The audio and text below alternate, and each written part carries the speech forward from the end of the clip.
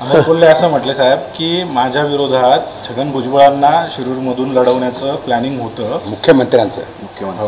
पण तुम्ही नकार दिल्यामुळे हे प्रश्न नाही सुरुवातीला तुम्ही तसं no no never don't put this wrong words in my mouth. कधीच नाही. मी कशाला जाईल तेवढं. असं आहे की मी मुख्यमंत्र्यांना दोष देत नाही. ज्यावेळेला ठरलं की आता जवळजवळ भुजबळ फायनल झाले नाशिकमध्ये आणि तुम्हाला मी सांगितलं ते सगळं वरून आलं वगैरे सगळं ते दिल्लीवरून ठरलं वगैरे आणि मुख्यमंत्र्यांना अडचण होती की म्हणजे आमची सीट आहे म्हणजे गोडसेची तर मग त्यांना पण अडचणीत होतं म्हणून त्यांनी एक गुड फेथमध्ये त्यांनी निश्चितपणे मला फोन केला आणि मी विचारलं की ओबीसी समाज माळी समाज शिरूरमध्ये पण खूप आहे तर तुम्ही तिथे लढू शकता का. त्याचा हेतू हा होता की मग मी जर तिकडे गेलो तर नाशिकचा तिढा सुटेल हा त्यांच्या पाठीमागचा एक चांगला हेतू होता. प्रयत्न ते करणार त्या गुड फेथमध्ये त्यांची काही चूक आहे अशी भात नाही. परंतु मी त्यांनाही सांगितलं की बाबा ठीक आहे ओबीसी समाज तर सगळ्या महाराष्ट्रामध्ये आहे बरं सगळीकडे मी जातो भाषणं करतो आणि येतो माझा संबंध जास्त कुठे येतो सगळ्यात जास्त नाशिकमध्येच असतो मी. नाशिकमध्ये जे आहे आमदार अमुक पालकमंत्री म्हणून सगळं काम त्याच्यामुळे मी काही नाशिकमध्ये म्हणजे नाशिक बरं मी काय मागितलेलं नाही. त्याच्यामुळे नाशिक जर मिळत असेल तर नाशिक सोडून दुसरीकडे मला पाहिजेच म्हणून मी कुठेही जाऊन उभा राहील हे मी माझं म्हणणं नाही आणि ही माझी वृत्ती नाही. त्यांनी सांगितलं 2 दिवस प्रयत्न जर विचार करा ठीक आहे म्हटलं बस दॅट्स ऑल काय आणि प्रश्नच येत नाही ना. म्हणजे मी असं थोडंच आहे की मला पाहिजे तिकीट मग इकडून जा तिकडून जा तिकडे. त्यांनी सांगितलं नाशिकहून उभं तुम्ही राहा पार्टीने सांगितलं वरून काय ठरल्याप्रमाणे म्हणून मी तयार झालो होतो आणि बाकीचे कुठेच जायचा काही प्रश्नच येत नाही ना. तसंच अनेक ठिकाणी मागणी होती. अनेक ओबीसीच्या ह्या रॅली ज्या झाल्या त्यातून अनेक ठिकाणी साहेब इकडे उभे राहा तिकडे उभे राहा तिकडे उभे राहा. परंतु मी जे काय असेल नाशिक आता ठरलेलं आहे मिळालं तर नाशिक नाही मिळालं तर काय नाही आपल्याला नाशिकमध्ये काम करायचं करत असतो. साहेब यशवंतराव चव्हाणांना भारतरत्न देऊ असं जाहीरनाम्यामध्ये अजित पवारांनी म्हटलेलं आहे. मात्र जयंत पाटील म्हणालेत की अशा पद्धतीची मागणी जी आहे ती जाहीरनाम्यामध्ये केली जाऊ शकत नाही. अशा पद्धतीची मागणी जी आहे ती जाहीरनाम्यामध्ये केली जाऊ शकत नाही असं जयंत पाटील म्हणतात. असं कुठल्या कायद्यात वगैरे काय म्हटलं तर दाखवा कायदा किंवा निवडणुकीचं काय बुक वगैरे काय असेल तर दाखवा की अशी मागणी होऊ शकत नाही.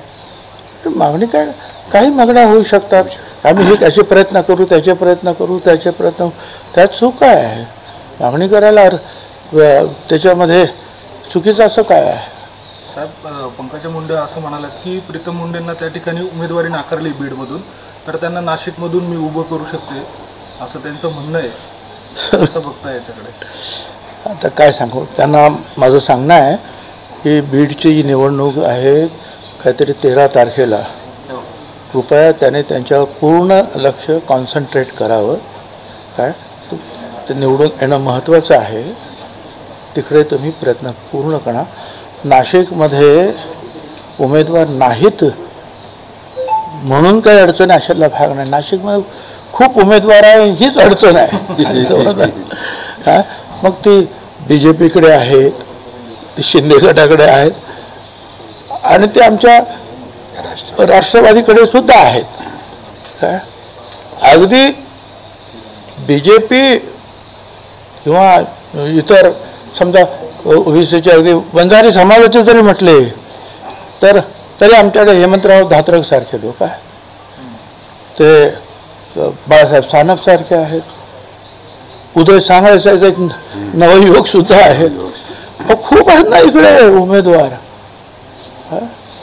तुम्ही बीडमध्ये जास्तीत जास्त लक्ष केंद्रित करा सगळ्यांना बरोबर घ्या आणि कुठल्याही परिस्थितीत निवडून या. आज ती गरज आहे या सगळ्या समाजांची. ठीक आहे. कधीपर्यंत तिढत होतील असं वाटतंय? आता ती 2-3 दिवस उरलेले आहेत उमेदवारी अर्ज भरण्यासाठी, उद्यापासूनच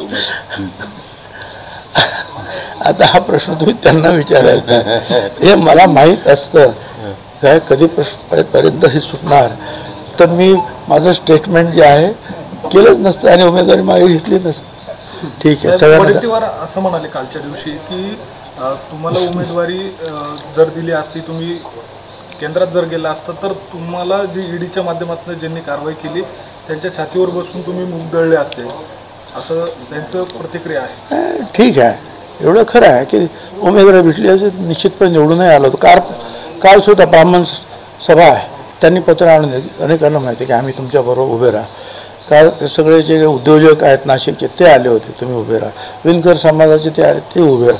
प्रत्येकजण उभे राहा. म्हणजे वातावरण चांगलं असतं, निवडून आलोही असतो. परंतु आता ठीक आहे, ते जरला तरला काही अर्थ नाही आहे. परंतु वडेट्टीवार यांनी जे काही माझ्याबद्दल 2 शब्द चांगले बोलले त्याच्याबद्दल मी त्यांच्या मनापासून आभारी आहे. चांगलं बोलतात व्यासपीठावर येत नाही नंतर ते ठीक आहे. आता प्रत्येक पक्षाचं काही काही वेळेला काही अडचणी असतात, काय असू शकतात, नाही असं नाही. पण ते विरोधी पक्ष नेते आहेत काय, आणि राजकारणामध्ये मी कुणाला शत्रू समजत नाही, विरोधक समजतो.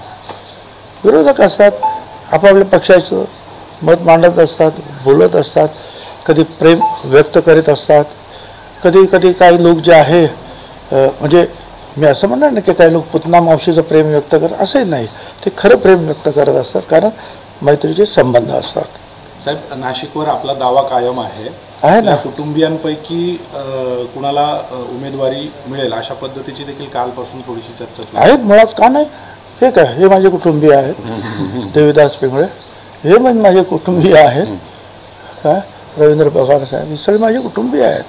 का नाही त्यांनी उभं राहायचं? साहेब, तुम्ही निवडणुकीच्या रिंगणात नाही आणि एकूणच महायुतीच्या राज्याच्या नेतृत्वानं उमेदवारी जाहीर करायला उशीर केला, त्याच्यामुळे अनेक ठिकाणचा ओबीसी समाज असेल किंवा माळी समाज असेल हा नाराज झालेला आहे. याचा फटका महायुतीला बसू शकतो असं वाटतं का? तर मला कसं काय जाणार, मी काही ज्योतिष नाही आहे, पण लोकांच्या भावना ते व्यक्त करीत असतात. काय अनेक वेळा असं होतं, अनेकांच्या वेळेला काही सकारात्मक काही नकारात्मक अशा भावना ज्या आहेत निवडणुकीच्या वेळेला व्यक्त केल्या जातात. मला असं वाटतं की आता आपण त्या सगळ्या गोष्टी मागे ठेवून पुढे चालायला पाहिजे.